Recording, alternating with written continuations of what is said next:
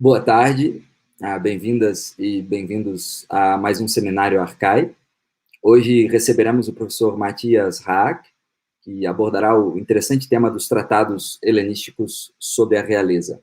O professor Haake é doutor pela Universidade de Münster, onde atuou como professor assistente de 2004 a 2010, como leitor entre 2010 e 2017, e como fellow entre 2017 e 2020. Em 2019, concluiu sua habilitação ou livre docência pela mesma universidade, onde hoje atua como professor associado, Privatdozent. Nasceu na Alemanha, especificamente significa que atua como professor que recebeu a habilitação, mas não a cátedra. Além disso, o professor Haake é leitor no Departamento de História da Universidade de Osnabrück, para o biênio de 2020 e 2021, e fellow pelo programa Heisenberg, na Universidade de Bonn, também na Alemanha. Eric Gruben once said that for those who accept the task of giving an invited lecture at another institution, the one thing that makes it worthwhile is to listen to the introduction. So I'd like to say a few more words, Matthias, if you allow me. Matthias first came to Brazil in 2015 for a series of lectures at the University of Brasilia, and I'm glad to say that he's not only a very serious scholar, but also a very kind person, the type of person you like to be around for all he stands for in the academic world.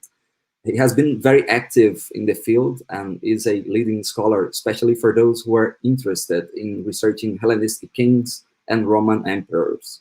There is nobody I would rather welcome to give this lecture than Matthias Haake. He will speak to us this afternoon on Hellenistic Treatises on Kingship. Matthias, please. Thank you very much for the most kind and flattering introduction, Enrique. It will be impossible for me to fulfill the expectations that have been raised. I can only strive to keep the drop as low as possible. Dear Agatha, dear Enrique, dear colleagues, dear friends. The August of 2015 gave me some unforgettable days in Brasilia.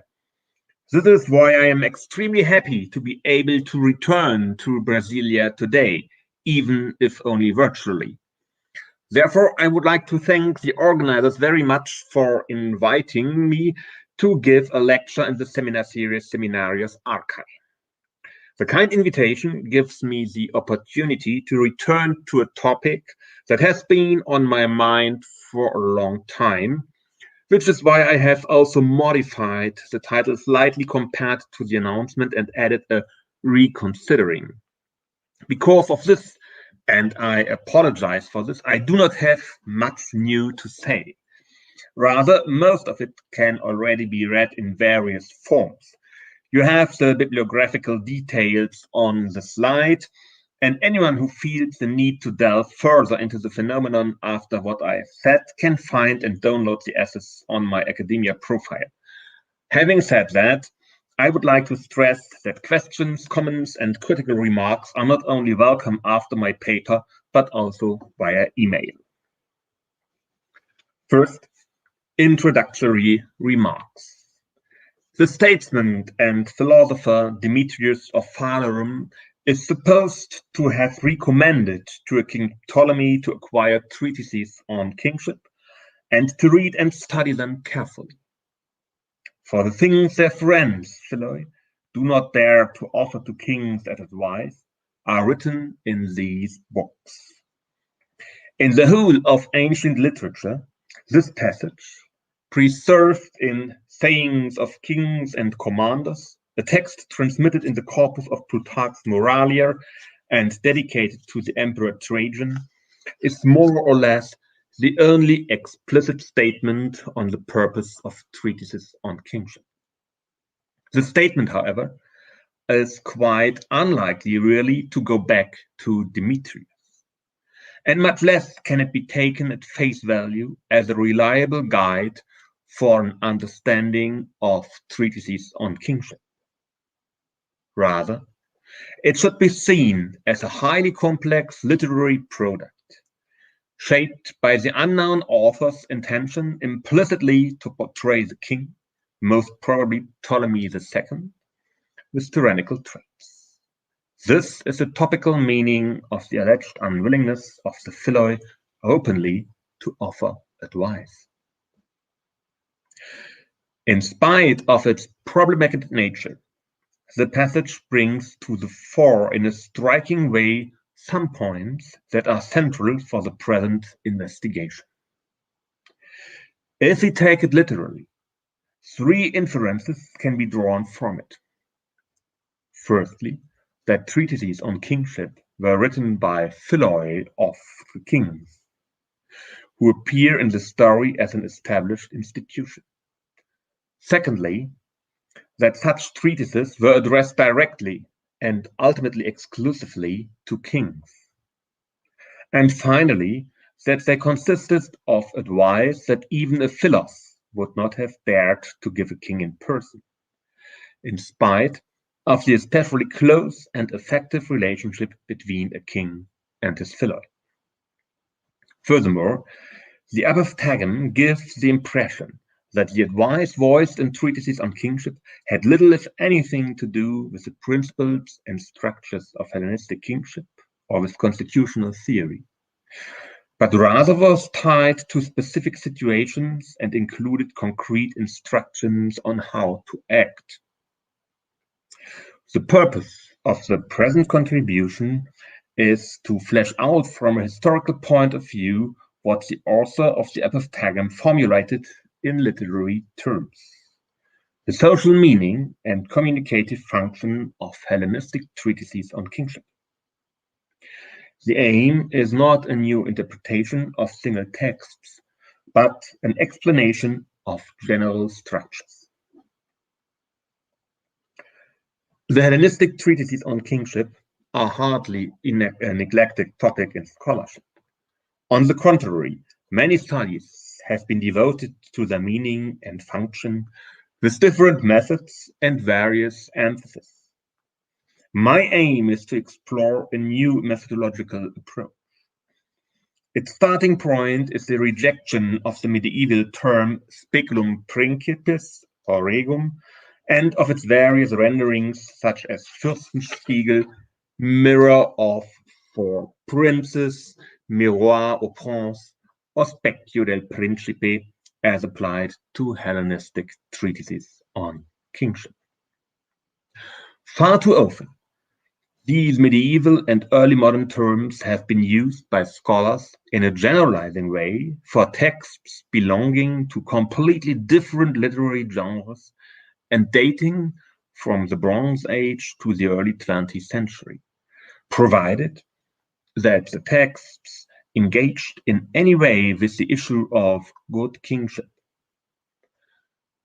To give some examples for this apparently universal, almost anthropological constant in the context of more or less elaborate theoretical reflections on the practice of good, just, and wise sole rulership in any shape or form in literate societies all over the world and all times of history. The occurrence of mirrors for princes is accepted for ancient Israel. The ancient Near East. By the way, in 2011, the producer and film director Laya Shamritz made a film drawing on Sumerian texts such as the instructions of Shurupak, which bears the title Mirrors for Princes. But it's also accepted for ancient Egypt. Of course, for the Greco-Roman world, from Homer to Isidore of Seville. For the epochs of post-antique Europe from the early Middle Ages until the 20th century. For the Byzantine Empire, for the Valerian Principality, for the Slavonic and Russian realm, for the Islamic world throughout most parts of its history, from its western edges, Umayyad Spain in the north, and the Sultanate of Kano in the Sahel in the south, via Seljuk Anatolia to its eastern fringes, the Achenese Sultanate on Sumatra, and for the cultural spaces of India, Mongolia, China, and Japan. If this scenario, interestingly, by the way, predominantly present in Western European and North American research, is true, then mirrors for princes are a rather rare literary phenomenon. which consists of a myriad of texts stemming from monarchic societies, and that is to some extent timeless as well as culture unspecific. Yet, such a broad approach blurs differences between texts which are different in terms of date, authors and authorship, historical contexts, social conditions, and communicative situations, and whose only unquestionable common ground is their topic, the good ruler. Accordingly, in the following, Hellenistic treatises on kingship will be regarded as instances of a specific literary genre. The genre will be analyzed according to 5 constitutive elements. First, the author, seen not as an actual person, but rather as a member of a specific social group with a characteristic social role. And secondly, the addressee, regarded in the same way. Taken together, author and addressee constitute the explicit frame of the communication situation.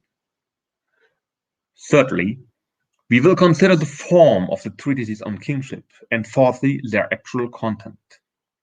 Fifthly, it is essential to discuss the problem of the implied audience of such works, applying the same categories used for the author and the addressee. Such a methodological démarche will be the line of approach to the function and purpose of treatises on kingship. Second, material findings and monocotylogical ideas. Treatises, which bear the title Peri Basileus, did not appear before the Hellenistic period. Their emergence reflects the main and most obvious feature of the political history of that period. For treatises on kingship to emerge, a necessary condition was not only the actual existence of monarchs, but also their direct influence of and partial control of the world of the polis to an unprecedented extent. The first who authored a work entitled On Kingship was in all likelihood no one else but Aristotle. When he wrote a treatise dealing with the topic of kingship and addressed it to his former pupil Alexander the Great, he was not doing anything that went radically beyond already established literary and communicative practices in the Greek world of the 4th century. Composing a work addressed to a sole ruler, which dealt with the question of how to act as a ruler, did not go radically beyond already established literary and communicative practices in the Greek world of the 4th century. What was unprecedented was Alexander's dominant position in the Greek world, Aristotle's role as author and philosopher, and finally, the title on kingship. Thus, Aristotle should be considered in a way as a protos-Herodotus of the treatises on kingship, even though they may hardly have had the intention to invent a new literary genre. On the other hand, given the structurally competitive nature of the relation between Greek philosophers, it is not surprising that Aristotle immediately found followers in the highly competitive, rivalry-ridden field of philosophy, starting with the head of the academy, Xenocrates, and the Democritean philosopher Anaxarchus from Abdera, who both wrote treatises on kingship addressed to Alexander too. Thus, the cornerstone for the genre of the treatises on kingship was made. After Alexander's death, however, no such text was addressed to any of the powerful participants in Alexander's long-lasting funerary games until the year of the king. It was only after 307-6, when the successors of Alexander were no longer just usurping their power, but started claiming kingship, that treatises entitled on kingship reappeared, the earliest being the one addressed by the peripatetic Theophrastus of Herodotus to Cassander. As you will see, Theophrastus' example was followed by many philosophers during the 3rd century, which gives him an important role for the establishment of the genre.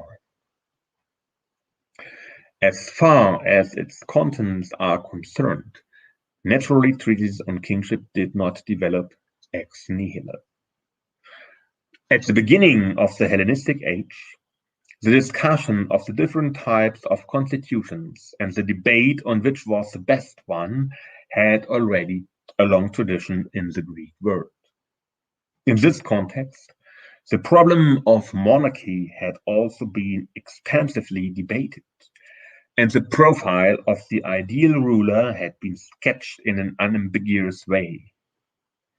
Thereby, a series of notions regarding kingship had arisen, and the authors of treatises on kingship drew upon this repertoire. I have suggested elsewhere to use, in respect of this repertoire, the term monocratological knowledge stock, coined according to the Weberian word nomological, to refer to texts reflecting the available stock of knowledge about monocratical rule in antiquity, resting upon either historical experiences or imagined conceptions. However that may be, pre-Hellenistic texts containing reflections on rulership can be divided into 2 main groups. On the one hand, since the archaic period, there are texts of various generic affiliations such as epic poetry, lyric poetry, historiography, tragedy, and philosophical tracts, which included more or less elaborate thoughts on rulers and rulership. On the other hand, since the beginning of the 4th century, there are writings in form of letters and speeches addressed to powerful rulers at the periphery of the Greek world. One of the earliest and best-known discussions of monarchy as a constitution appears in the famous constitutional debate in Herodotus, and it displays an aspect that is common to pre-Hellenistic theoretical discussions of monarchy, and that the discussion of constitutional matters and the outline of an ideal society are projected into a chronologically and geographically different context. Examples of this strategy can be found not only in the 5th century, but also in the 4th.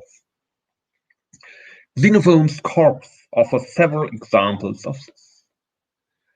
Seripedia, composed in the 60s of the 4th century, is difficult to classify in terms of form and of purpose. The protagonist, Cyrus, is a Near Eastern ruler from the past, one who appears to have been usually seen in a positive light by the Greeks. However, many features on his portrayal are consciously unhistorical and clearly Greek. He is depicted as an ideal ruler with all the virtues that belong to such a ruler. The importance of the personal virtue of the monarch explains the decadence of the empire founded by Cyrus once it fell in the hands of less virtuous kings. In Xenophon's dialogue Hero, the poet Simonides discusses with the tyrant of Syracuse how the latter could acquire popularity and thereby become happy. The good monarch outlined here is no tyrant, because he lacks fundamental traits of the tyrant as typically present in the imaginaire of the Greeks. In this case, too, the discussion is transposed into the past. Finally, Xenophon's encomium on the Spartan king Agesilaus does deal with a contemporary character, but even he was already dead at the time of composition. Quite apart from the fact that the Spartan king stood for an accepted special form of Greek constitution. A comparison of Xenophon's Agesilaus with his Hellenica makes immediately clear that in the former, Xenophon was not pursuing a precise description of the historical life of his hero, but rather the literary construction of the good king, which is projected on the Spartan king. Surely, Plato is the most prominent 4th century thinker to have articulated reflections on monarchy in his works, especially in the Republic, with its famous philosopher king. Even if Plato does not locate his discussion of constitutions in the past, he sets it in an ideal polis with the speaking name of Callipolis, the beautiful or good city. Apart from the fact that the discussion takes place in the world of theory, it is important that Plato wrote dialogues in which he could pursue and think through different approaches and aspects. Next to Plato's dialogues, there are more than a dozen letters transmitted under his name, whose authorship is, however, controversial. What warrants them a mention in this context is on the one hand the fact that they are mostly addressed to powerful rulers like the Syracusans Dionysius II and Dion, the Macedonian king Perdiccas III, and the tyrant Hermias of Athens. And on the other hand, their content. Predominantly, the letters deal with questions of good government for sole rulers and give advice to the respective addressees in a Platonic manner, but partly they contain all the rather personal elements of Plato's life. Even though the Platonic letters should be considered as forgeries, their fabrication and transmission show that it was plausible to envisage Plato as writing such letters. This is hardly surprising if we think, among others, of Socrates, a contemporary and rival of the founder of the Academy. Socrates addressed his writings explicitly to several rulers, including Dionysius I of Syracuse, the children of the tyrant Jason of Pherae, the Spartan king Archidamus III, and Timotheus of Heraclea Pontic. He wrote the Cyprian speeches to Nicocles or the Cyprians and Euagoras, and a group of works which can be labeled the Macedonian writings, since they are addressed to Philip II, the young Alexander, and to Antipater. Because of their subject matter, the letters to the young Alexander and to Antipater are of no great interest for the current purposes. The other works just mentioned circle around two topics: a Panhellenic initiative and the relations of the addressees to the world of the polis on the one hand, and good rule in the respective tyrannical monarchical ruling systems on the other hand. Finally, it is necessary to consider Aristotle, the probable inventor of the Treatises on Kingship, both because of his works and because he taught the young Alexander. The teacher-pupil relation between arguably one of the greatest philosophers and one of the greatest conquerors of antiquity, respectively, has brought forth many fanciful and perfect depictions of the consequences of their encounter. In fact, the whole matter turns out to be rather less exciting, but so much more typical. To expose his son to the world of Paideia, nothing unexpected for a Macedonian king, Philip II chose Aristotle, who was at that time a respectable philosopher, but hardly one of the most prominent philosophers.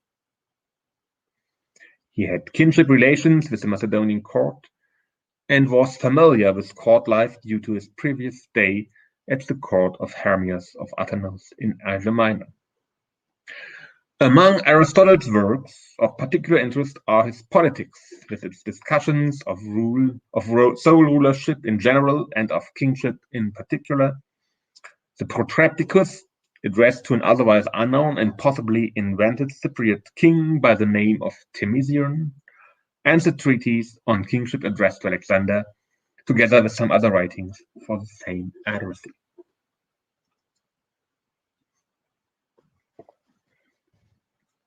All these writings can be divided into two groups. Ones that include reflections on monarchy in the framework of constitutional discussions, and the ones that present directly a concept of the good ruler. like Xenophon's Agesilaus, Encyclopedia, or Isocrates' writings.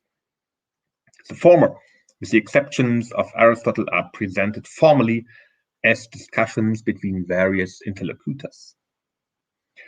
They can be structured as dialogue throughout, as for example in the case of Plato and Xenophon's Hero, or use the dialogical form only for the constitutional discussion, as in the case of Herodotus' constitutional debate.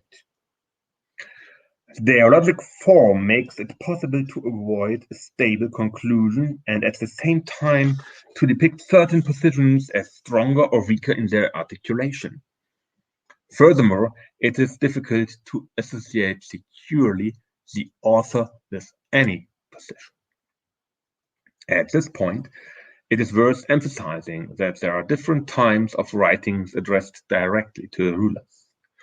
Besides the treatises on kingship, the topic of the current investigation, there exists other forms of writings which were addressed directly to rulers, were meant for implementation, and referred or reacted to current events and circumstances. Besides these political advisory letters, there are letters which also include advice to rulers, but play on a level that cannot be called stricto sensu political in terms of their primary concern.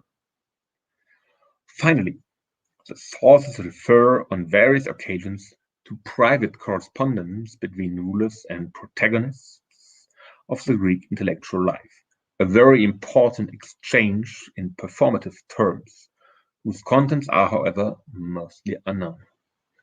In spite of the differences between these writings addressed directly to rulers and the treatises on kingship, as will become evident in the subsequent considerations, they too are part of the broader communication between protagonists of the Greek intellectual life and rulers in the front of the Greek public. Third, treatises on kingship as literary genre. The best way of starting a discussion of the Hellenistic treatises on kingship is to consider their authors. They belong to a clearly defined group. They are all and exclusively philosophers. This cannot be accidental. The question then becomes, what was it that predestined philosophers to writing treatises on kingship? It is immediately clear that a list of authors amounts to a who's who of Hellenistic philosophy. Besides the already mentioned Aristotle, Xenocrates, Anaxarchus, and Theophrastus, the Stoics Perseus of Citium, Cleanthes of Assos, and Phyrus of Borysthenes, as well as the peripatetic Strato of Lampsacus and the Megarian Euphantes of Voluntas, authored treatises on kingship too. To be sure, all that is extant of these treatises is the title and the number of books that comprise them, quoted in Diogenes Laertius' author's catalogues. Even Epicurus is on record as the author of a treatise on kingship. This list shows immediately that such treatises. This list shows immediately that composing treatises of this kind was not the preserve of one or more specific philosophical school or schools, and accordingly, it had no connection with any specific philosophical persuasion. It was a general phenomenon in the late 4th and in the 3rd century. At this point, I leave out 4 texts that are often considered as Hellenistic treatises on kingship par excellence, but they are in fact later and reflect a different historical context, namely the pseudo-Pythagorean treatises on kingship that go under the names of Pseudo-Exontus, Pseudo-Diotogonus, and Pseudo-Stineus, and Philodemus of Gadara's tract on the good king according to Homer. However, I will come shortly back to these texts later. Against the background of the results exposed above, it is possible to discard 2 arguments that have been repeatedly advanced in modern scholarship. Firstly, the attempt at taking personal preferences of certain philosophers for specific kings or dynasties as an explanation for the composition of the treatises.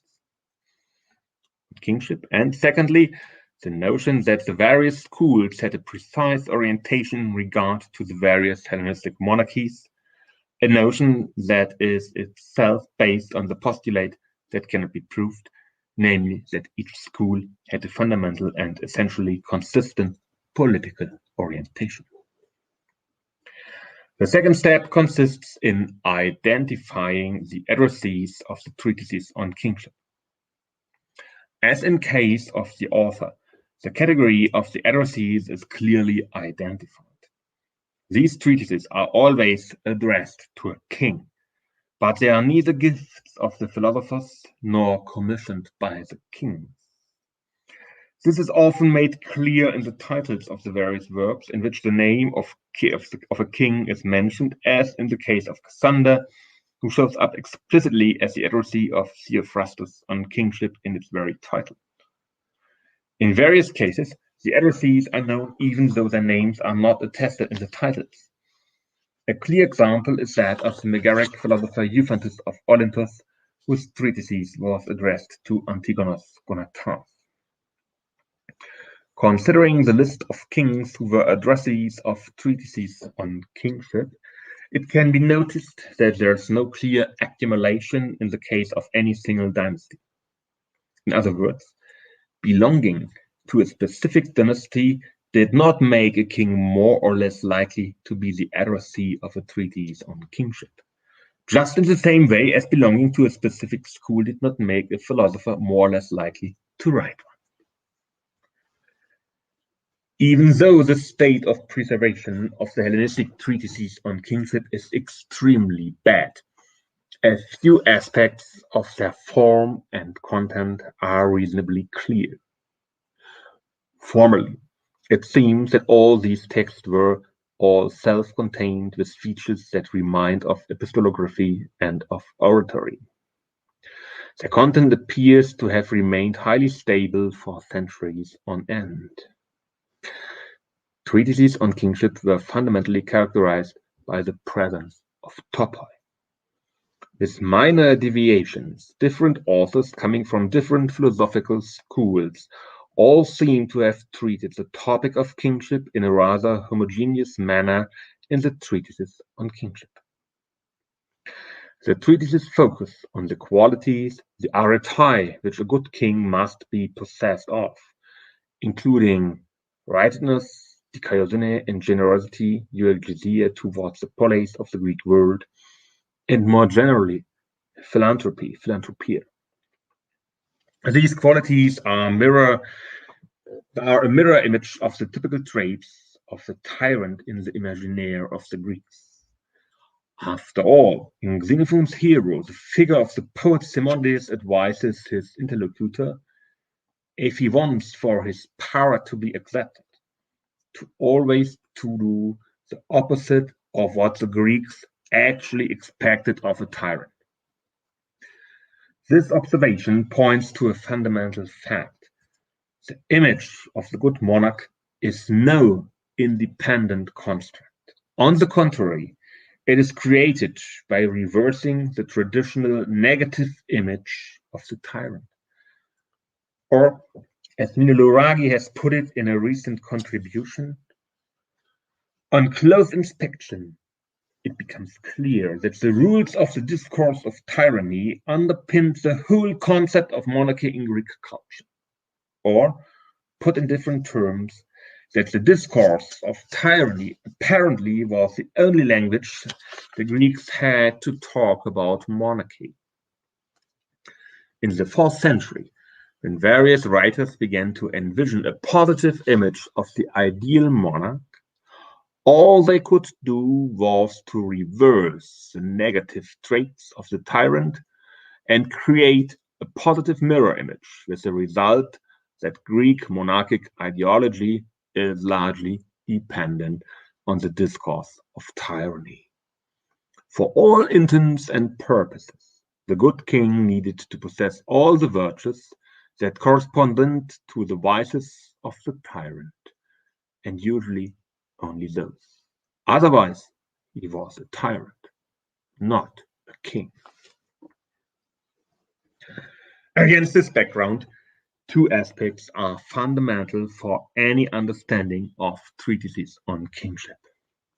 Firstly, they do not deal primarily with or present a more or less elaborated theory of monarchy. And the fragments that are preserved, there's nothing to suggest the presence of innovative theoretical concepts in these works. This, of course, does not mean that the notions formulated in them had no theoretical foundation. But such foundation was not formulated in the treatises themselves, but rather in philosophical works devoted to constitutional questions. Secondly, the treatises do not include an analysis and actually not even a description of the practice of Hellenistic royalty.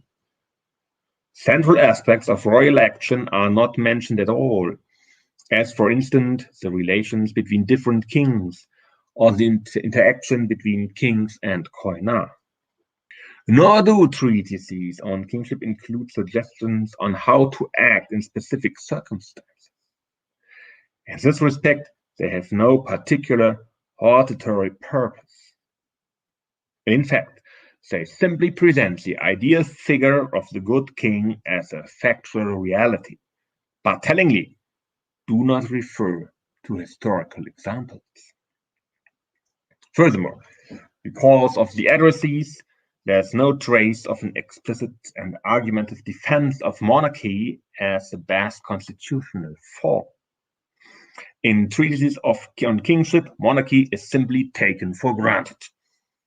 If the king's counterpart, the tyrant, is present in these works, the examples are symptomatically not taken from Greek history, which would have offered a great deal of suitable illustrative material, but generally from the world of Greek myth that was also populated by numerous striking examples.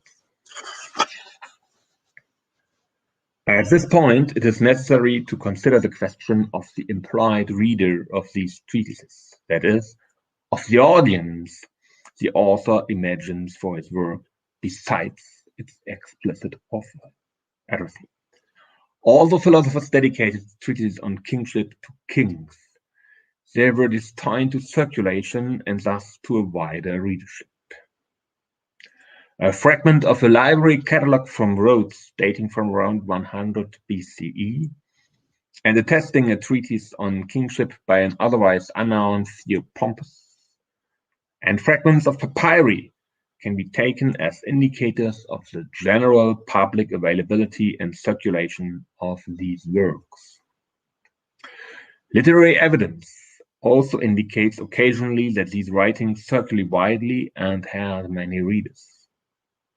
One aspect that often does not receive adequate attention is the widespread of ideas present in the treatises on kingship in other literary genres.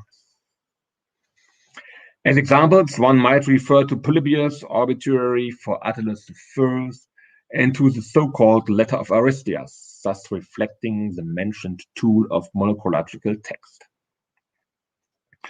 Instead of merging all these texts and passages and subsuming them under the designation Mirror of Princes, a consistent use of the concept of genre makes it possible to consider their homogeneity as regards their content as a phenomenon of reception of ideas communicated foremost by treatises on kingship, which revert themselves to long-established topoi of the good king.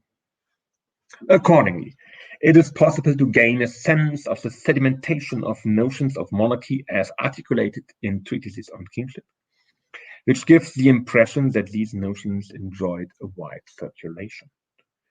The abundant presence of topical elements of the image of the good king in inscriptions and papyri is a further indicator of this situation. For a particularly striking example, we may refer to the famous decree of the Iasians for the Seleucid queen Laodices III, where the following is said of her husband Antiochus III. He, maintaining his ancestral disposition towards all the Greeks, and bringing peace to some, helping individually and in common many others who have met with troubles, making some and free instead of slaves, and believing that the rule of the exercise of kingship towards the benefaction of men earlier rescued our city out of slavery and made it free. All these observations converge towards the conclusion that the implied readership of the Hellenistic treatises on kingship was the pan-Hellenic public of the polis. Fourth, treatises on kingship as act of communication. Considering author addressee and implied audience of the treatises on kingship, and keeping in mind that, in terms of contents, these works were neither expected by the audience nor intended by the authors to include a theory of monarchy or practical advice for specific situations, one wonders what was in fact their actual purpose and meaning. In view of what has just been said, there's one line of approach to this question that appears particularly promising. It has to consider treatises on kingship from the point of view of communication, that is, specifically of the communication between philosopher and king in front of the specific audience represented by the world of the Greek cities. From this angle, author and addressee are to be viewed not as individuals, but rather as social roles embedded in a specific context and with their respective cultural semantics. As for the implied audience, it has to be assessed based on its embeddedness in the ideology of the polis. Therefore, it is best to start with considering the polis. For the discursive self-perception of every polis, the ideologies of Eleutheria and Autonomia were fundamental. They represented the kernel of the self-definition of a polis throughout Greek history and the ancient world. This applies to the Hellenistic period as well, even though the scope for foreign power politics for the polis was partially different from earlier periods, and despite the social transformations within the polis with their political and constitutional consequences. Indeed, it is possible to observe that the discursive projection of the polis was flourishing in the Hellenistic period and even later under the Roman Empire. Against the background of the ideology of the polis, the image of a powerful sole ruler always represented radical otherness. One particular species of this image, the tyrant, was seen and depicted as especially virulent and could be actualized at any time. The discourse of tyranny was crystallized in a cluster of topoi, the most fundamental of which was the notion that the unlimited power of the one implied slavery for all the other citizens. It is important that precisely this topos could also be instrumentalized in the case of Hellenistic kings. Already Philip II was depicted and presented to the public opinion of the Greeks as a tyrant by Demosthenes in his Philippics, and in part also by Theopompus of Hears in his History of Philip. The funeral orations of Demosthenes and Hyperides for the soldiers who fell at Chaeronea and in the Lamian War respectively are explicit on this. As an example from the later time in the Hellenistic period, one can consider the situation before the outbreak of the Second Macedonian War in the year 200, when the Athenians powerfully deployed the topos of the tyrant against the Antigonid king Philip V and implemented various symbolic actions connected with it. As for the kings, when they were not subsumed under the topos of the tyrant, they were defined in terms of power, a ubiquitous category in Greek mentality, and judged based on how they used power, and especially how they dealt with it discursively. The categorization of Hellenistic monarchy as a form of charismatic rule in Max Weber's sense makes it possible to explain the central aspects of the figure of the Hellenistic king. The charisma of the king, whose ultimate power base was the army, and whose most important supporters were his philoi, manifested itself nowhere else as clearly as in his military victoriousness. However, the king did not need to legitimize his position only in war and vis-à-vis the army. Next to the inhomogeneous, often non-Greek groups of subjects, which constituted a central element in the Hellenistic kingdoms and which required diverse strategies of legitimization, an important political instance with which the Hellenistic kings needed to deal with were the Greek cities. And given the ideology of the polis as outlined above, this was by no means an easy undertaking. Even though the polis could recognize the power of the king, and even though a victorious ruler enjoyed a significant degree of prestige from their point of view, too, a certain ambivalence was inevitable, especially when the victories had been obtained at the expense of the wrong foe, that is, generally speaking, of other Greek cities. In other words, one of the central problems of the Hellenistic era was the fact that the polis needed to come to terms with a kind of power which they were preconditioned to regard as the enemy par excellence, the monarch. The mediation took place not only in the field of practical politics, but also in the framework of a highly elaborate form of communication, which consisted largely of symbolic practice.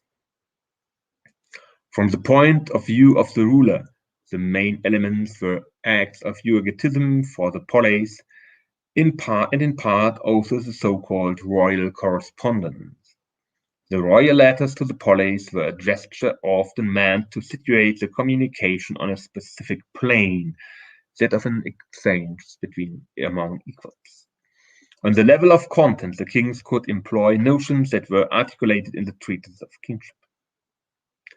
The publication of the letters in epigraphic form by the polis materialized and preserved them, showing that the polis attributed some importance to them.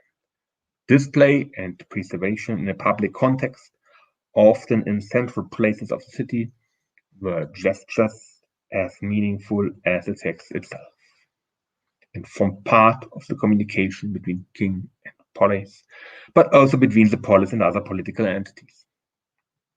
Furthermore, the publication of royal letters also contributed to the self-representation as well as to the self-perception of the polis.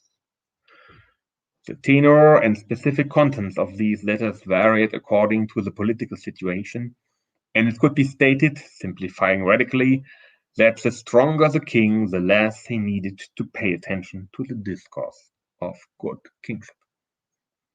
The polis, on their part, repaid the kings by repeatedly conferring upon them various types of honors, often cultic ones, which enabled the polis to integrate the honored kings in the respective polyad world system by accepting and making acceptable their superior position of power without incorporating them in the political community.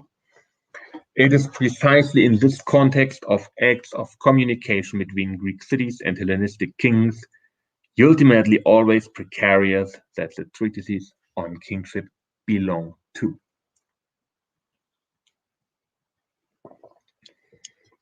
From this angle, what profit could a king derive from demonstrative communication with a philosopher? First of all, it is necessary to remember that this communication was performed in front of a pan-Hellenic audience, which was inclined to see in every king a tyrant. Contrasting this anathemization must have been an essential priority in the actions of the kings towards the polis, and here the figure of the philosopher had a decisive function. As a social configuration, the philosopher was connected especially closely to the polis. This kind of political environment was the habitat in which the philosopher had emerged and existed ever since. To outline the process of origin and development of this human type would require a comprehensive retrospective overview of the pre-Hellenistic ages, and accordingly cannot be done here. Yet it is important to point out that by the beginning of the Hellenistic age, the role of the philosopher was well established and accompanied by specific social expectations. In modern terms, Greek philosophers were intellectuals, and in the construction of their social wall, the opposition of intellect and power was essential. Just as the polis was perceived as the archetypical Greek form of political organization, the philosopher too, because of the very fact that his roots were in the world of the polis, was soon seen as an icon of Greekness and Greek culture. Thus, on a conceptual level, the philosopher, as the personification of Hellenicity par excellence, was the adversary of the king who stood for plain otherness. Of central importance for the production and the semantics of treatises on kingship is a virtue that was attributed especially to the philosopher, the parrhesia, or freedom of speech. The notion originated from the political context, and it was seen as a fundamental right or privilege of the free citizen. In the course of a process determined by historical factors, parrhesia was transformed from a political prerogative to a personal virtue, a transformation that cannot be followed in detail due to the scarcity of evidence. Parrhesia played an important role for Aristotle and occupied a central position in Hellenistic philosophy, becoming a specific and almost essential trait of the philosopher, which could characterize him but could also be held against him as a standard against which he needed to measure. An extremely telling example of the relationship of philosophers and parrhesias appears in an Athenian decree from the year 226-25 for the peripatetic philosopher Treatises of Herodotus, who, in a historical situation that was precarious for Athens, represented Athenian interests with parrhesia during an embassy to the Macedonian king Antigonus Docer. Now, an aspect of the standard image of the tyrant was the fact that he could not tolerate any free speech. He was supposed to react to it by losing control of his nerves and having the philosopher tortured and executed, thus providing him the occasion to show his bravery in front of his tormentors. The symbolic impact of the treatises on kingship hits precisely this neuralgic point. By accepting the writing of a character who, in the eyes of the audience, is predestined by his social role to provide advice, the monarch shows himself as the opposite of a tyrant. The relationship between the ruler and philosopher embodies the symbiosis of intellect and power. If Plato in his Republic was voicing the radical demand that the philosopher should become ruler or the ruler philosopher, Aristotle diverged from him significantly on this point, proposing that the ruler should gather philosophers as their advisors. This view was probably voiced in Aristotle's treatise on kingship and was destined to have a very successful career in the Hellenistic age. Even if treatises on kingship did not contain specific advice for rulers, but only a general depiction of the good king, they belonged precisely in the conceptual context Aristotle thought of. The combination of the philosopher giving advice and the king listening determined their cultural semantics. Such a configuration had positive implications for the king for one further reason. A typical trait of the Greek tyrant was his boundless suspiciousness towards everybody, and especially towards his friends. Hellenistic rulers were surrounded by a circle of philoi who served as advisors, projecting a decidedly different image, reinforced by the presence of philosophers among them, in spite of the fact that in theory, life at court was seen by Greek philosophers as incompatible with the practice of philosophy. The notion that the ruler should take advice also from intellectuals was commonplace in the Hellenistic age. Finally, it is important to mention one aspect that does not tend to receive much attention.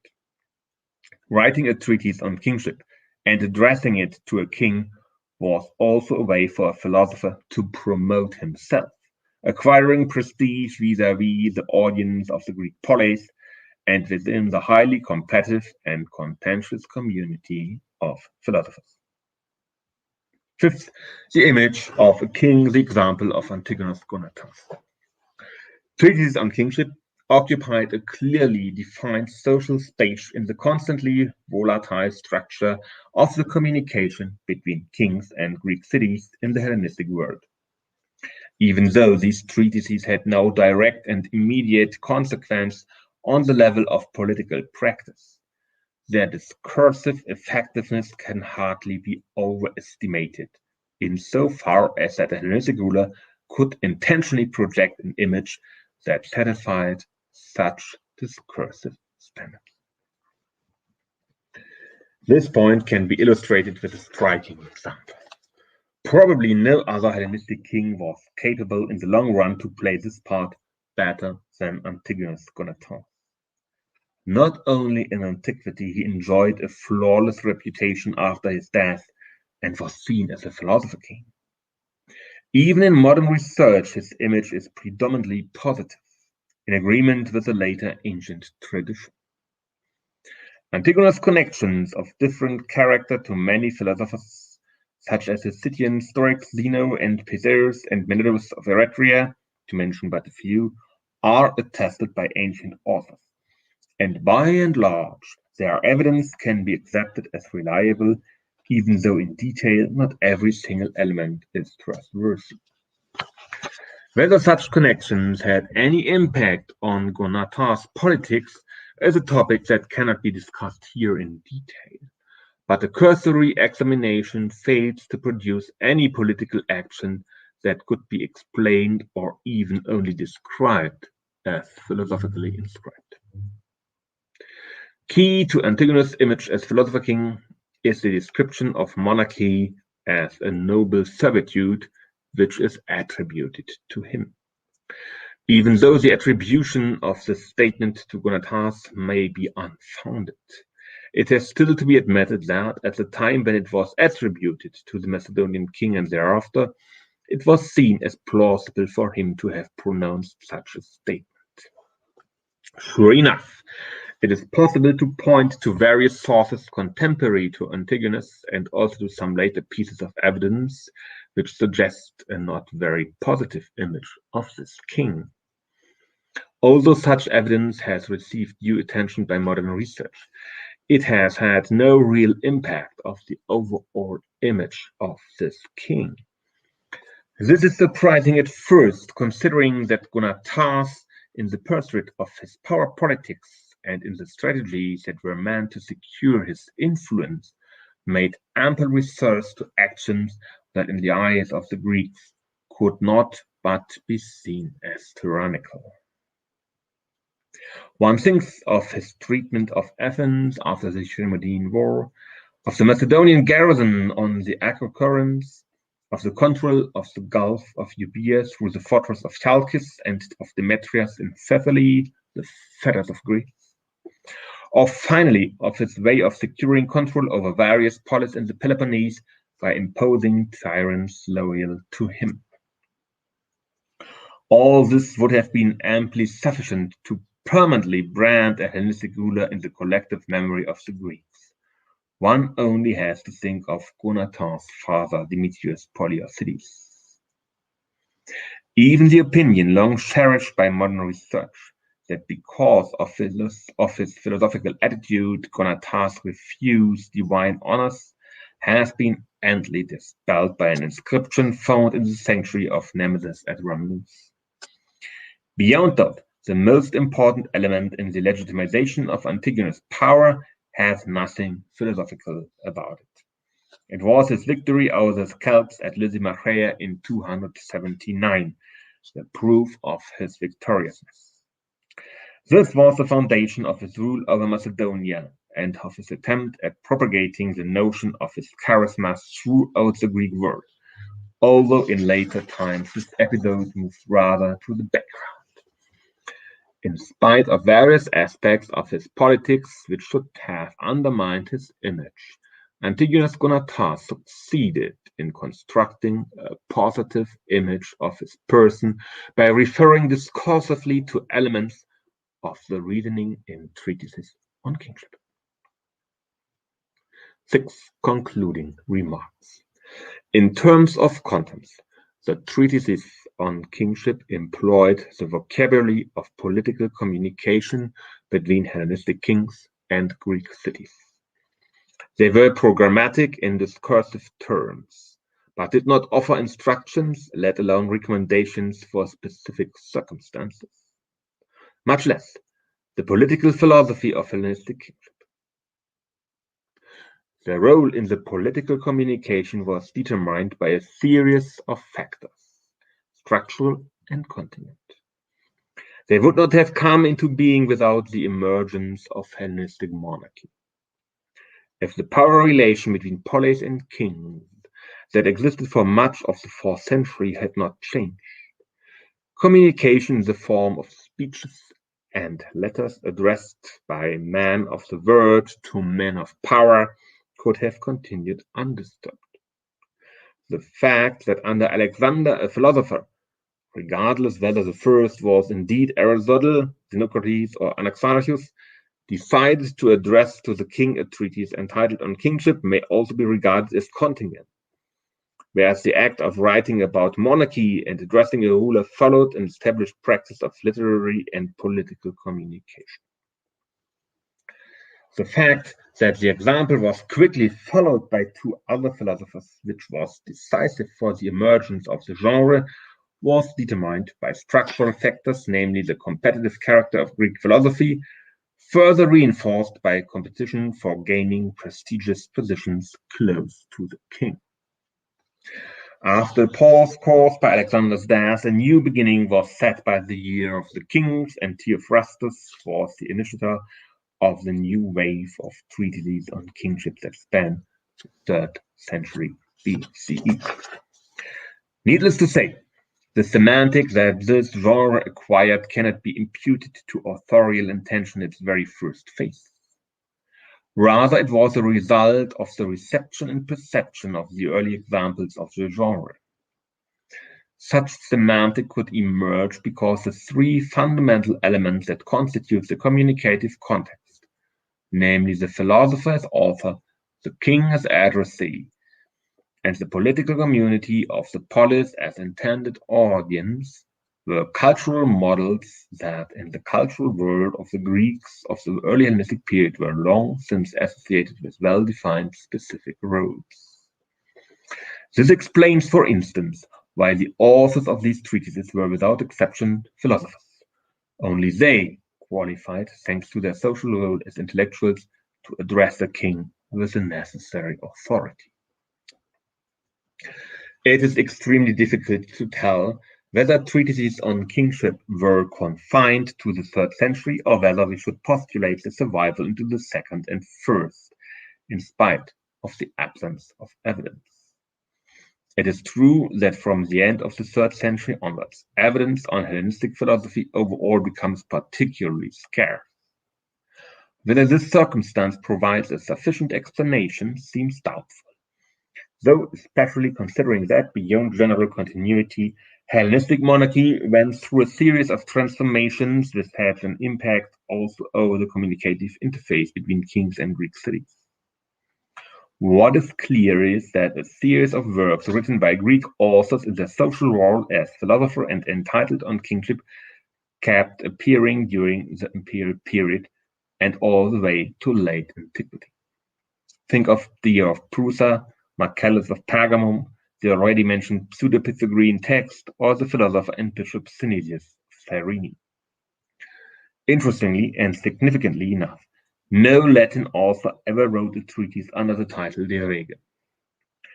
However, The small number of treatises on kingship penned by Greek authors in the times of Roman emperorship suggests that we have to consider the idea of a failed attempt to reinvent an established communication pattern working under the conditions of Hellenistic kingship, but not of Roman emperorship.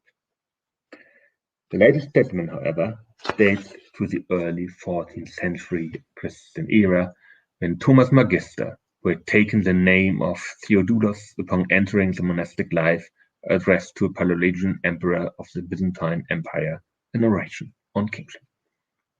Thank you very much.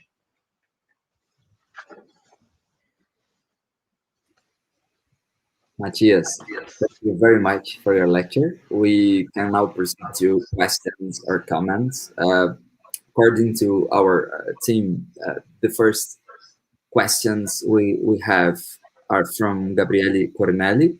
He's a professor of ancient philosophy here at the University of Brasilia. I will show them to you. There are actually comments and questions, so I will put it here for you to read. This is his first comment on your lecture. Then that is a question, I understand. Yeah, thank you for this point. I think. Sorry. Okay. My bad.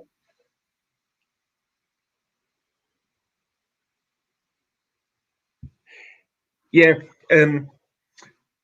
I agree with you to some extent, because the question of the communication between a powerful man, a tyrant, or a Macedonian king, or a powerful man in Asia Minor, is more or less the starting point from which the treatises on kingship emerged.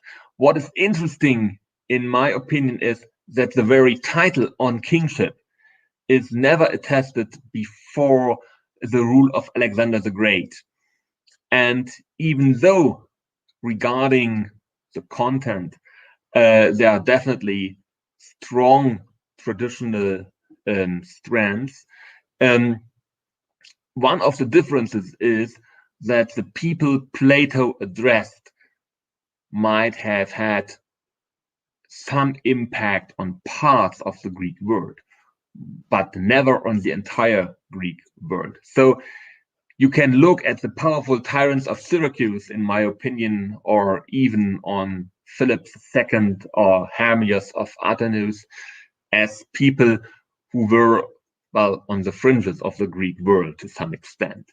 And that is the difference between the presence of the Hellenistic king within the Greek world, the presence of the Hellenistic king in the Greek polis, in the world of the Greek polis, and a new necessity to act or to deal and to communicate with this form of power.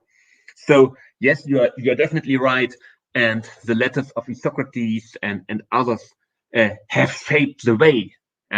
So the treatises on kingship did not arise ex nihilo, but it is a new historical situation that makes them different, in my opinion, from the former text and also from the Platonic letters you mentioned. But thank you very much for your comment.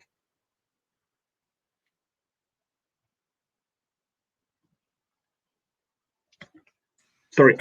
Sorry. I have two more questions, if you are kind enough to answer them.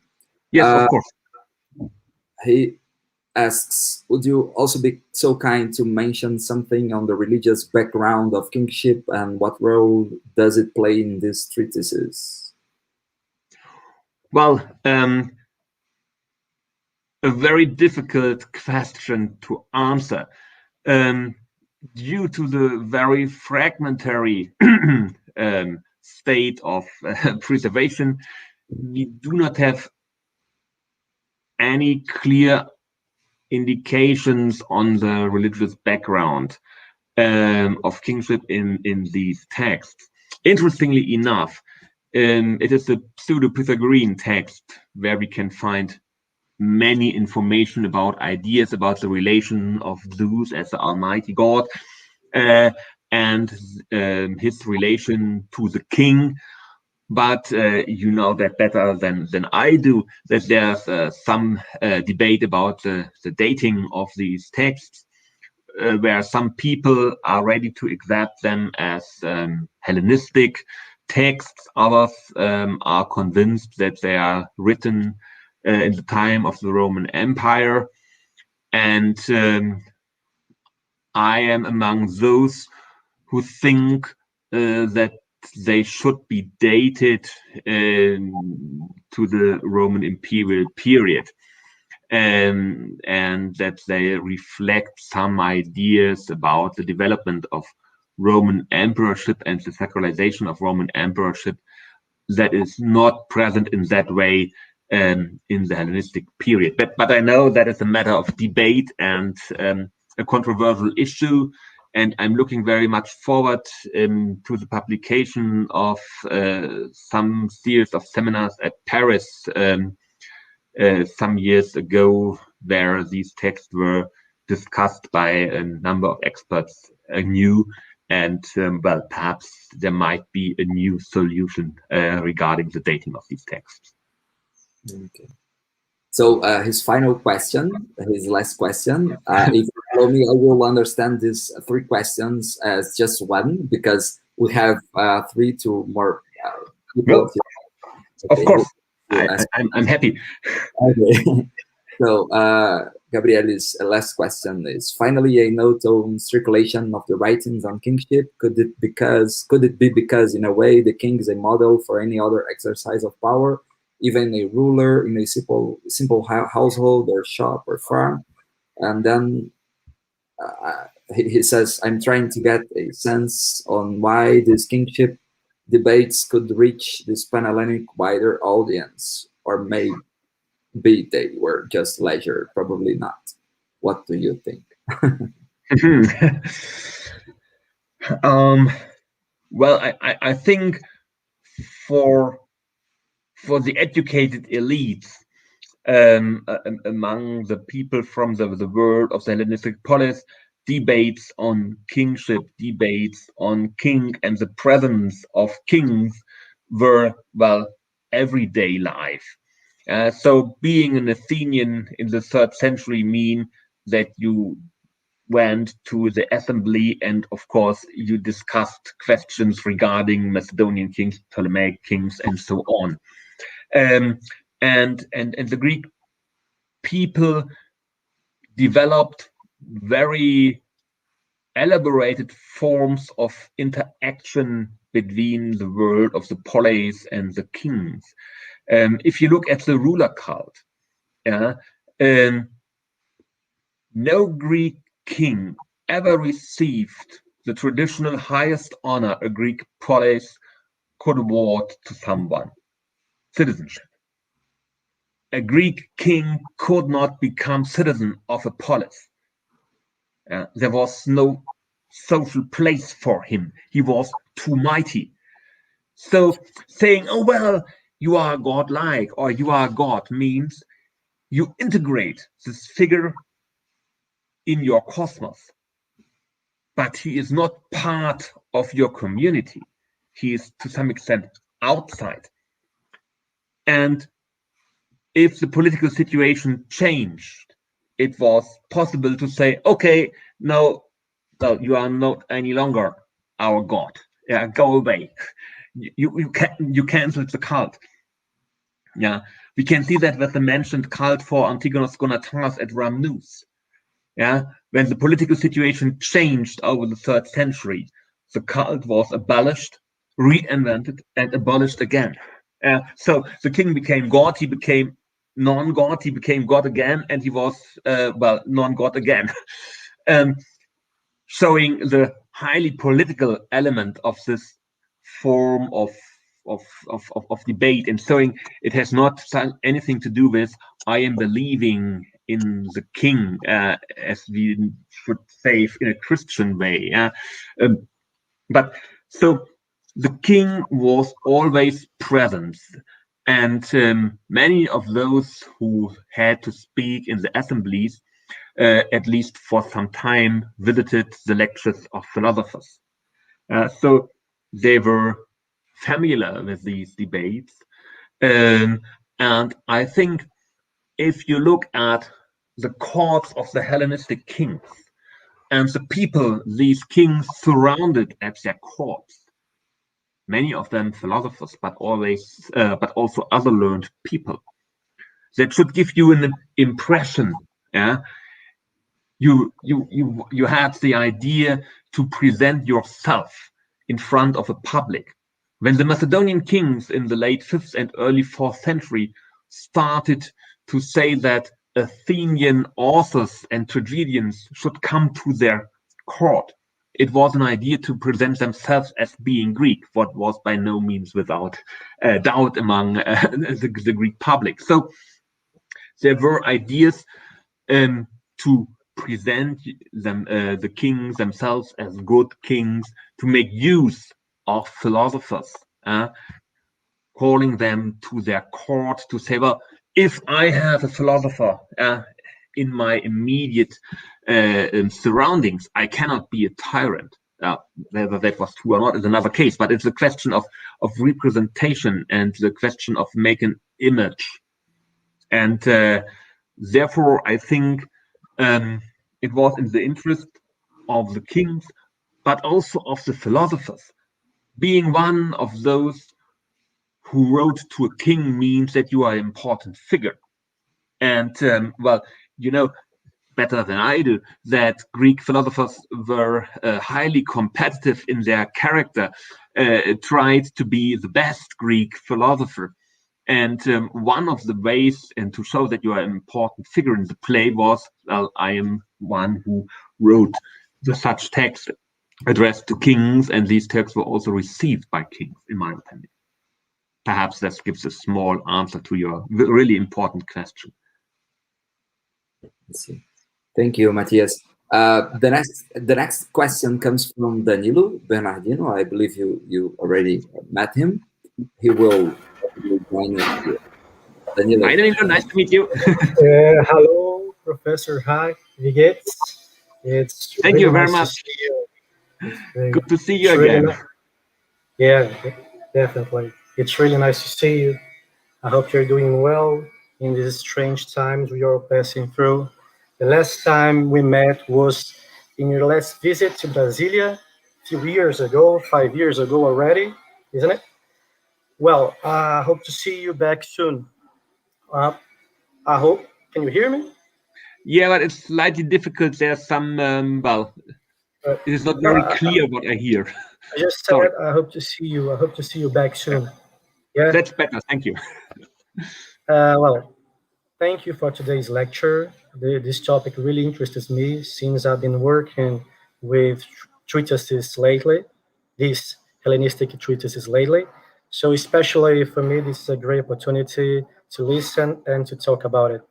I got two quick questions, if it's possible. Well, the first one is sort of curiosity. In your opinion, is there any Greek philosophical school that better fits or materialize the whole concept of Hellenistic treatises on kingship? Is the first one.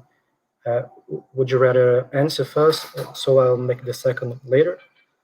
You can bring the second on the floor. All right. Okay. What are, in your opinion, the impacts, if there is, of Hellenistic treatises' contents on the shape of Hellenistic kingship, besides the idea of communication with the polis and the refusal of a tyrannical image, and on the late Republican Roman political thought? Oh, well, well, you know, it is always a little bit hazardous to speak about a collection of fragmentary texts. And what we know about the Hellenistic treatises on kingship is based upon, well, not all too big a number of fragments. In my opinion, what is most interesting about the very fact what we know about the presence of these texts is that we find philosophers from very different schools writing on this topic. So we cannot say, well, of course, only the school of Plato and Aristotle were engaged with these texts. Of course, yeah, they were politically active and so on. That's not true. And this impression is, in my opinion, very important for the general understanding. If all philosophical schools or members of all philosophical schools were ready to write such texts, it was not so much a question how these texts were influenced by the philosophical ideas from a particular school and perhaps of particular ideas of kingship. Yeah, but it was this general, wider, broader context of what is a good king, and the good king is a king who is not a tyrant. And that brings me to your second question. A discourse is always a mighty thing. So having always this talkings about what the good king should be, and even since the Hellenistic kings had never a secured position in ruling over a city or different cities, but there was always a rival ready to do something to free the city. So yeah, freeing the city by an antagonist king can be followed by freeing the city through a Ptolemaic king and so on. Only the names changed, but the freedom could be governed by any king. So it was something like a test case, yeah, a matrix. And so the kings were interested in having a good image in front of the world of the Greek polis. Antigonus Gonatas sent one of his sons to study philosophy in Athens. The Attalid kings had some of the sons as philosophical students in Athens. Yeah, so that gives them a particular civilian image. In front of their armies, of course, philosophy was not so much the most important concern. But in front of the polis, saying, oh, well, yes, I am acquainted with philosophy. I know something about Aristotle. I am able to have a good symposium at my court with some philosophers of first or second rank, and I'm able to participate in their debates. Shows, yeah, your Greekness, your civilian character.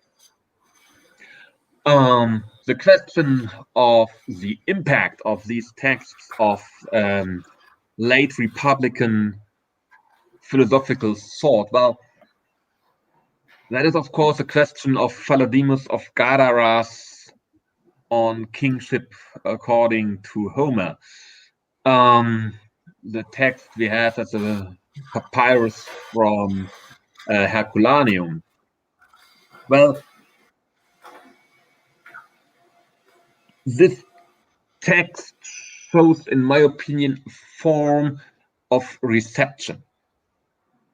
Philodemus of Gadara was ready to write such a text for one of a powerful Roman noble of the late Republic, and having in mind that the word rex was, well, a very bad word in the political discourse of the late Roman Republic, writing such a treatise on the good king, on the Basileus, for a Roman aristocrat was perhaps in general not a very good idea. And therefore I said we have no attestation for any Latin text entitled De Rege. No Roman philosopher, also of the Roman imperial period, wrote ever the text De Rege. The word rex remained a very bad word throughout the Roman imperial period.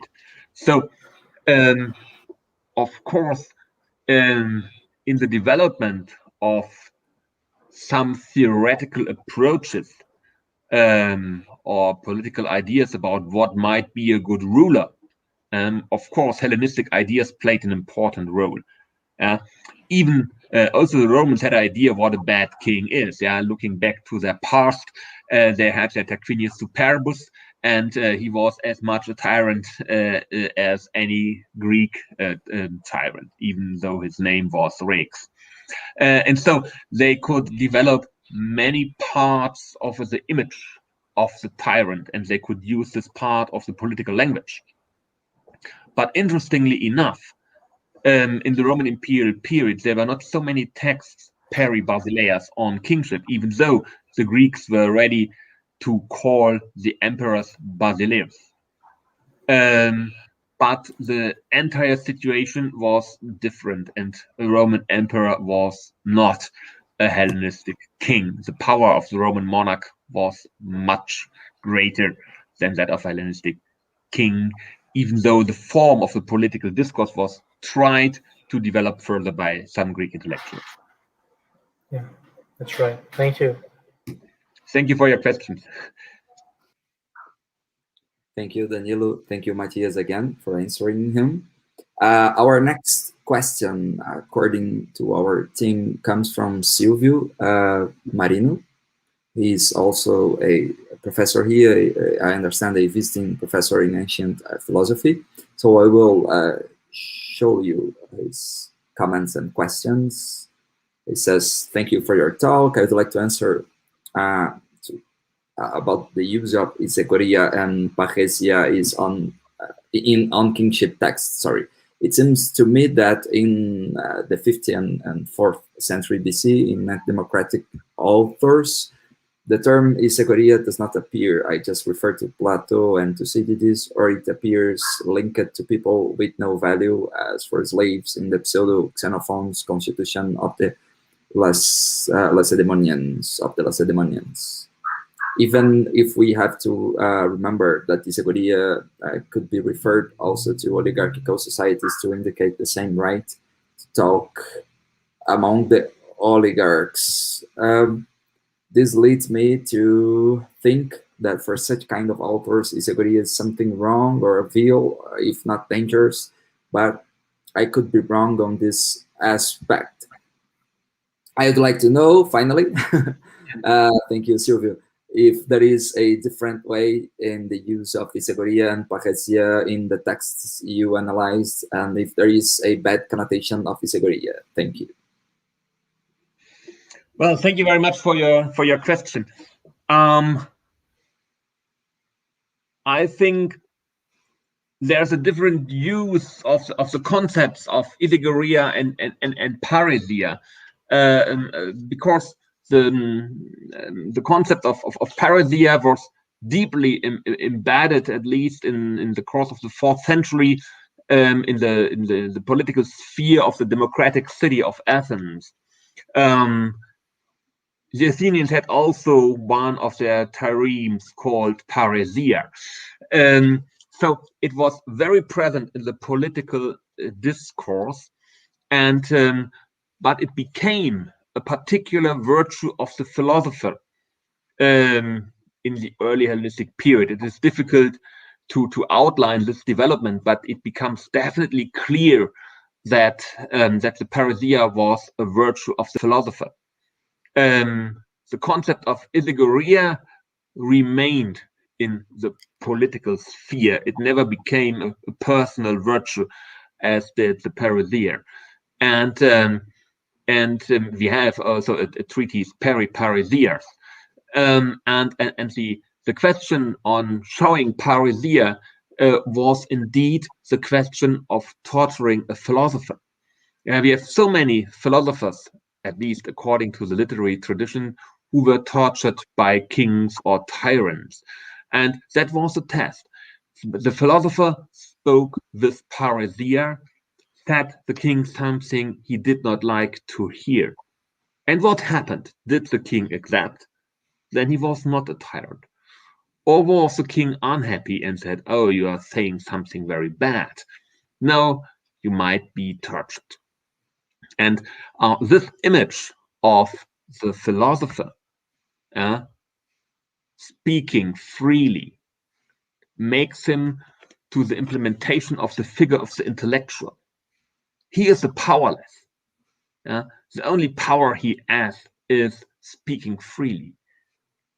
On the other side is the mighty man of the king or the tyrant. And interestingly enough, this idea of a person tortured by a mighty man became also a part of a Christian discourse, because there's a not very well-known martyr by the name Philosophus.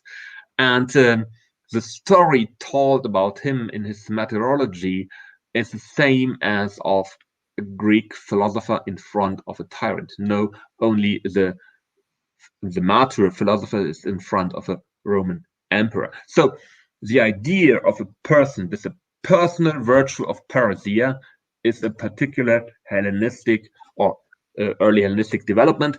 And as far as I know, and as far as I've checked the evidence, isegoria is in that sense not a personal virtue, but it remains a concept in the political communication. Nice. I hope that gives a short answer to what you're considering. Thank you, Matthias. I understand I'm having technical issues regarding my video, but I'm sorry about that. Our next question comes from Gabriel, who will join us. Good afternoon, Professor Matthias. Good afternoon, Professor Haake. Thank you very much for your lecture. It was great to hear you speaking about a topic that I don't have so much knowledge of. So it was very enriching. Well, my question for today is related in a somewhat more loose. It's connected in a more loose way with what was spoken today, because I'm somewhat interested in biblical studies, specific the historiographical aspects of the Pentateuch. So I would like to ask, did Hellenistic treatises have ideological justification devices similar to the historical prologues of the covenant formula in Deuteronomy or from Esarhaddon's succession treatise? If so, in what extent are they similar? I'm thinking more in terms of the formal structuration of genres. If I have been clear, I don't know if I've expressed myself sufficiently clear, but do we have some ideological device, ideological justification device similar to the historical prologues in Hellenistic treatises? Well, thank you very much for your very interesting question. I am really no expert in biblical texts, but an interesting text in this respect might be the so-called letter of Aristeas, set in the environment of the Ptolemaic court and related to the question of the translation of the Bible into Greek. And the content of this text has some parallels to the treatises on kingship. The interlocutors at the symposia are saying in a very general way what is a good king. We do not really know who the author of this text was. He was definitely influenced by Jewish traditions, but he wrote perfectly Greek. He might have been a Jew living in Alexandria. For most part, of course, there are some problems for Jewish authors with kingship after the abandonment of the ancient Jewish kingship and before the implementation of the Maccabees, and even the Maccabees had some problems with becoming kings.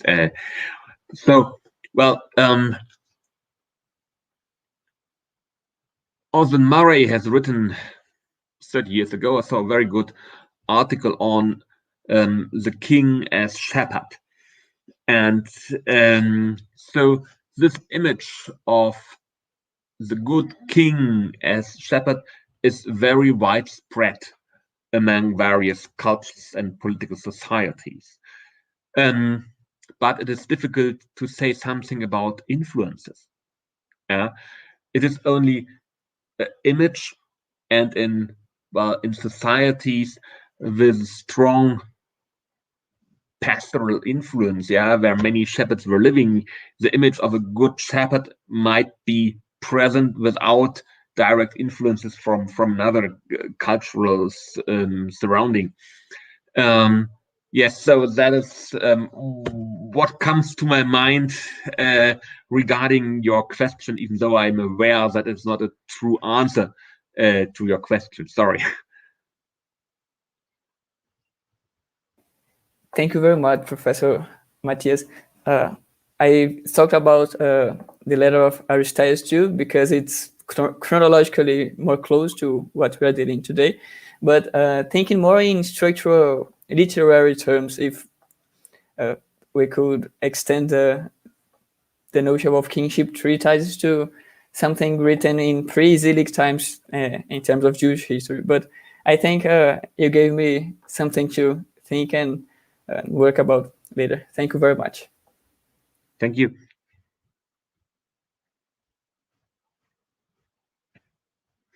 Hi. Okay. Haake is having some technical problems, so yeah. Okay. Sorry about that. I'm really fine. Sorry. I believe something happened here. I don't know what is it. But Isadora, sorry. Please go ahead. Okay. So my question actually concerns something that you said early in your presentation, that these treatises could be some kind of social thermometer to the king, because they were like well spread. I don't know if I understood correctly, but if that's the case, I was thinking they could work as a thermometer for elite, I imagine, and we know by recently researchers that I forgot the term in English, in Portuguese, in German, in every language, but but as the king, man, how do we say that? As the king prove himself, like his worth to the people and to his friends, it has something to do with the networks. Yeah. Okay, sorry, I blew it up. But the thing is, legitimacy.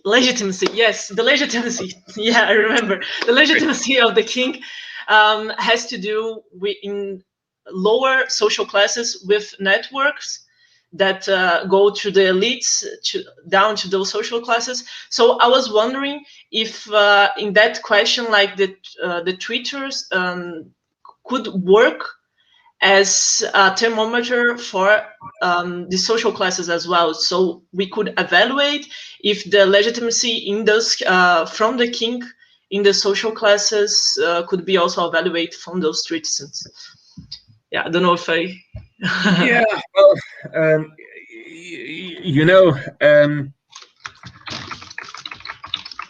that is a very important question, but it's a very difficult question, but because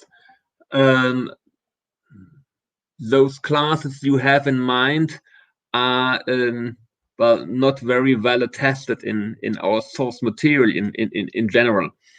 There's one story, I think it is Plutarch on Pyrrhus, that Pyrrhus met old poor women, and she has some problems and want to talk to him about this. And in the first moment, oh, I have no time for you. So yeah, poor old woman, and go away.